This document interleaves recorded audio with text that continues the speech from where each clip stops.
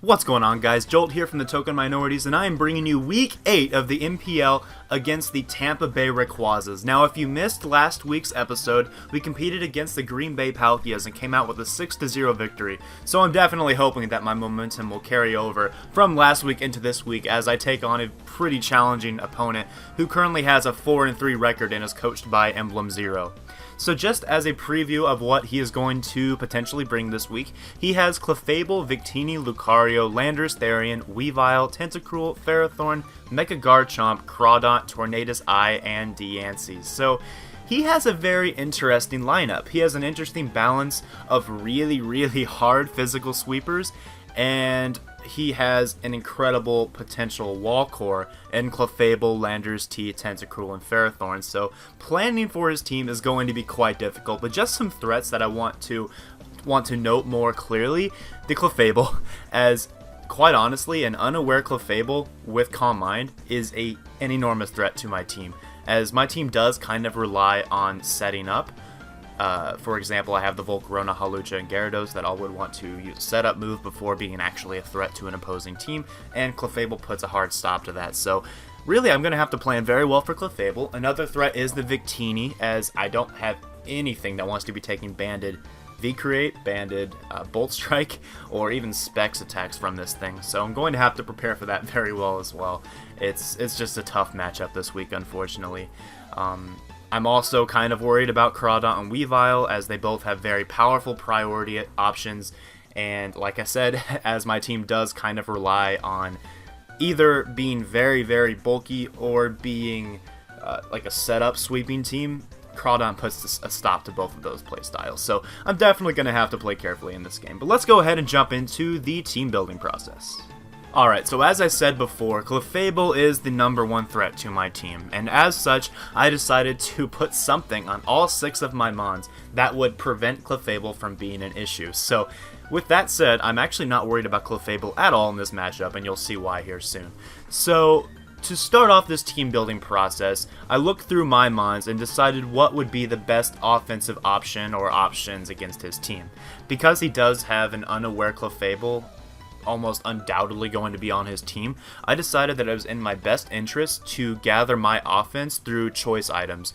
So what I decided to do is use a choice Specs, Tornadus Therian, and a choice Banded Entei. Now as for the movesets on these mons, I did stick with a more mixed set on this Tornadus Therian because I really saw a lot of value in having knockoff in this particular game, and I didn't actually find a spot for knockoff on any of my other mons.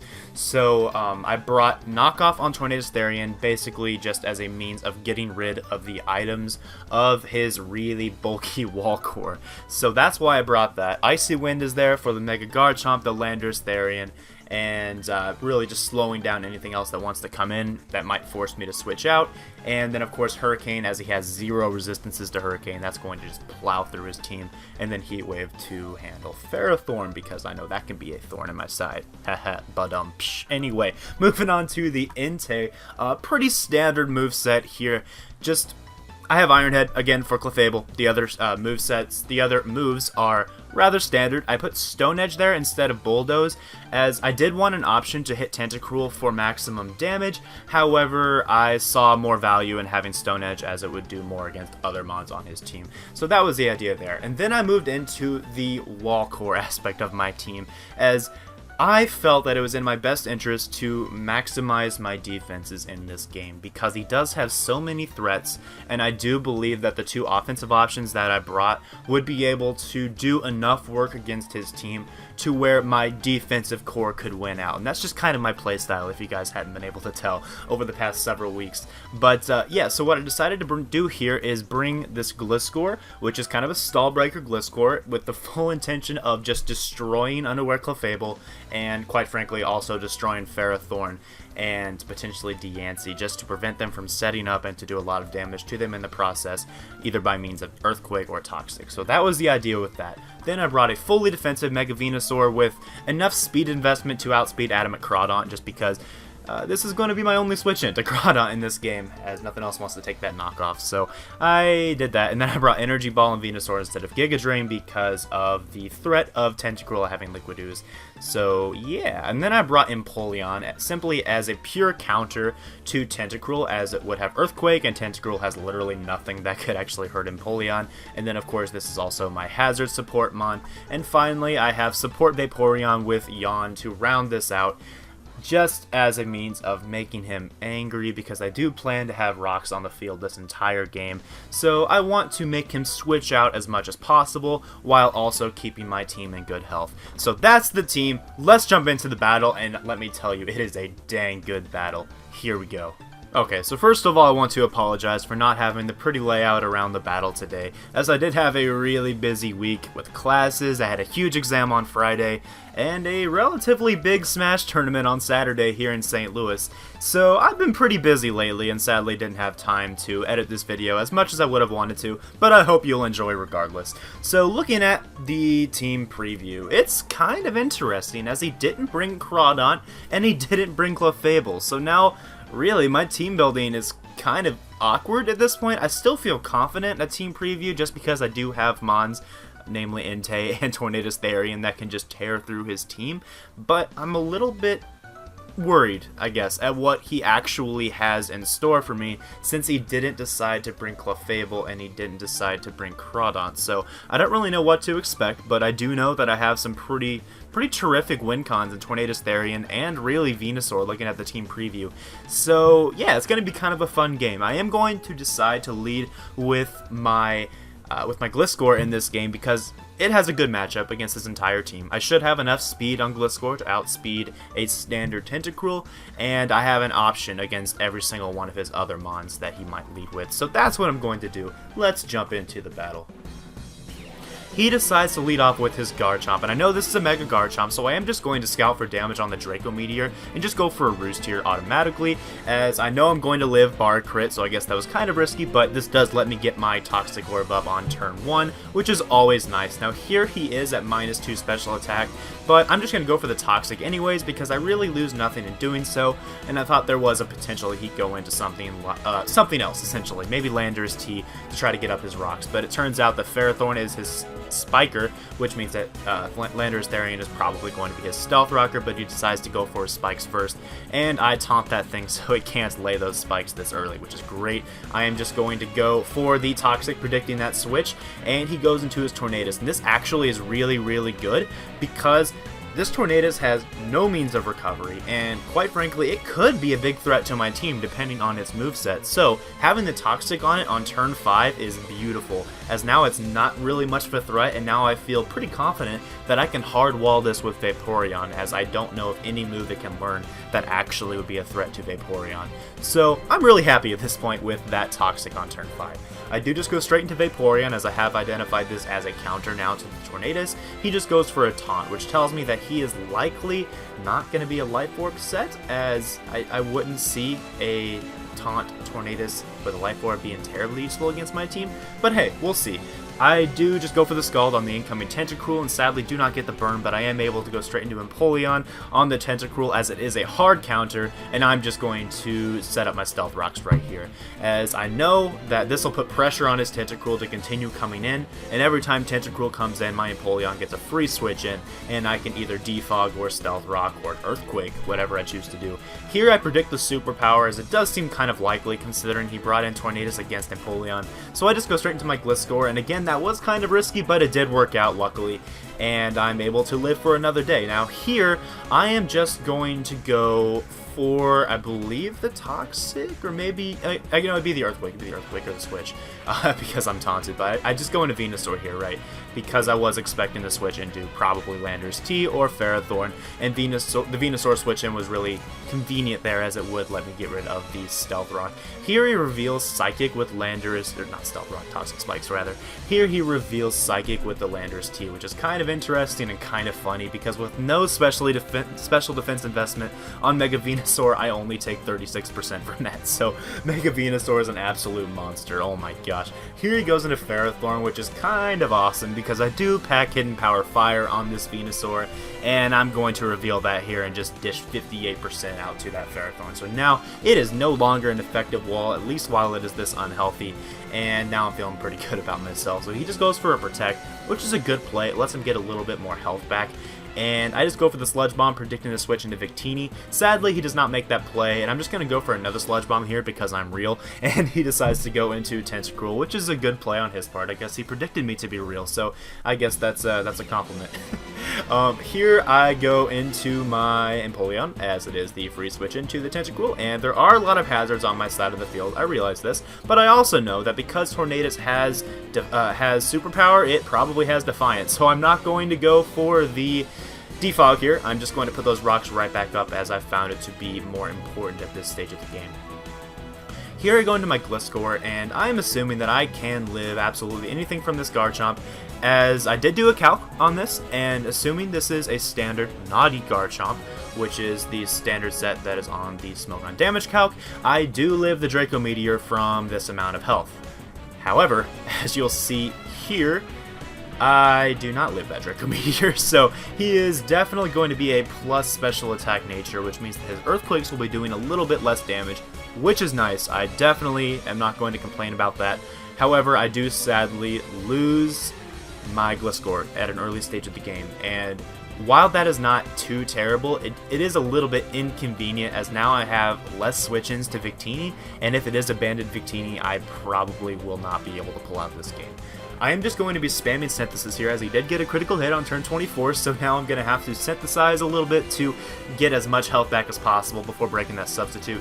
Here I know he's going to switch out, but what I decided to do is just go for the Synthesis again just to get maximum HP, as he does have Stealth Rock and Spikes on the field, and I'm getting a little bit worried about that at this point. So I'm going to go into my Empoleon again, as the free switch into Tentacruel is free, and he's just going to go for the Rapid Spin on that switch, and I believe I'm going to go for the Defog here, as he just goes for the Scald. Luckily does not get the burn. If he did get the burn, that'd be a little bit annoying, but I can always get my health back on Empoleon by passing a Wish from Vaporeon, so I wouldn't be too concerned, but it's nice that he didn't get the burn after 2 Scalds.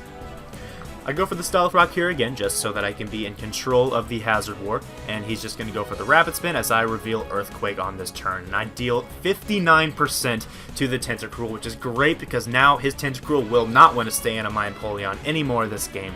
He's going to go into Ferrothorn, which is very obvious. I'm just going to lay those rocks again because they are free. So now that he has 54% back on Ferrothorn, I know that I have a free switch into my Mega Venusaur, as I have revealed HP Fire. He should know at this point that my Mega Venusaur does counter his Ferrothorn, and now he should not be too comfortable around the Mega Venusaur.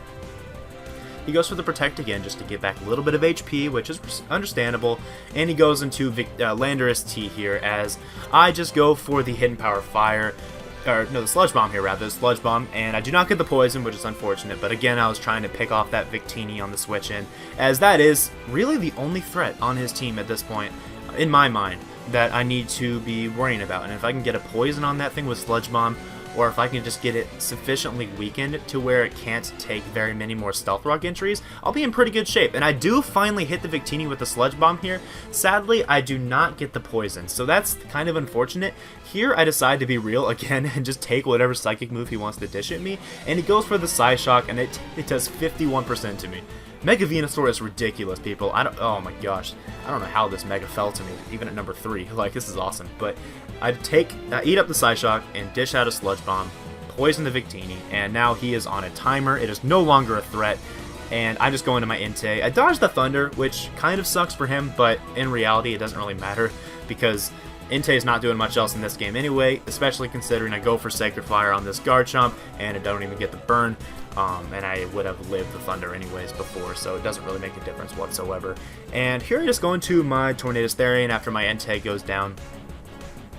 And he decides to sack his Landorus T, not knowing what kind of Tornadus I am. I just go for the Icy Wind, which reveals that I definitely can handle that Garchomp should he have wanted to stay in. He decides to go into his Tentacruel, as that is his only switch in to my Tornadus Therian at this point, and due to the damage that Earthquake did from Empoleon to this Tentacruel, this is certainly a max Spadef Tentacruel.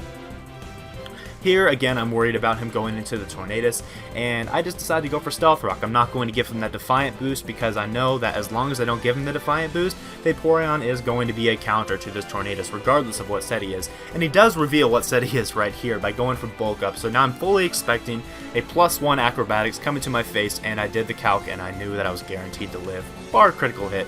And luckily, I do live, I set up the Wish, and now I'm just going to let Toxic finish off the rest by going for the Protect here. But he does make a good play and just switch into his Tentacruel, which is fine. I do get all my health back, or a significant portion of my health back with Vaporeon here, and I am just anticipating the Rapid Spin. I'm just going to go straight into Empoleon, because why not? I have no reason to do anything else. And he just goes for the Rapid Spin here, and I believe what I choose to do at this point is just set up the Stealth Rock again. I don't exactly recall. Let's find out. I just defog. Okay. So I was not worried about the Tornadus at this point because he was already really weakened and he was poisoned. So that's nice. But here he goes into Ferrothorn, and I just go for the Stealth Rock here. And I'm sorry, I shouldn't have paused there. This is a later turn that I wanted to talk about. Anyway, I go into Vaporeon on the Garchomp, as I know that he is Substitute. I know that his investment lies in special attack as opposed to defense, so I should be able to eat up whatever he wants to go for. So I just go for the Wish first with this Vaporeon, just in case he wanted to do something cheeky. I don't know what kind of set he was, but I go for the Wish, and then I go for the Scald, knowing that it'll break the Substitute. The crit did not matter, and I get the majority of my health back right there. Now, here, he goes for the Draco, and he gets a crit. That did matter, a little bit. It mattered a little bit. I don't know how much it mattered in the long run, however, it did bring me low enough to where I'm going to feint to the Poison on this following turn. And I do go for the Yawn here, which in hindsight I don't think I should have done. I should have just taken out the Garchomp all I could. But I did kind of anticipate a switch. I didn't think he'd want to stay in and die to the Scalp, so I went for the Yawn, hoping he'd switch, and then I'd have some initiative of him having to switch in and out on Stealth Rock, and that was the idea. But sadly, he just kind of left it in. And yeah, but here he goes into Ferrothorn against my Tornadus, as I did have a blind switch, and I decide to switch out into Empoleon, which is a play that I got a little bit of criticism for.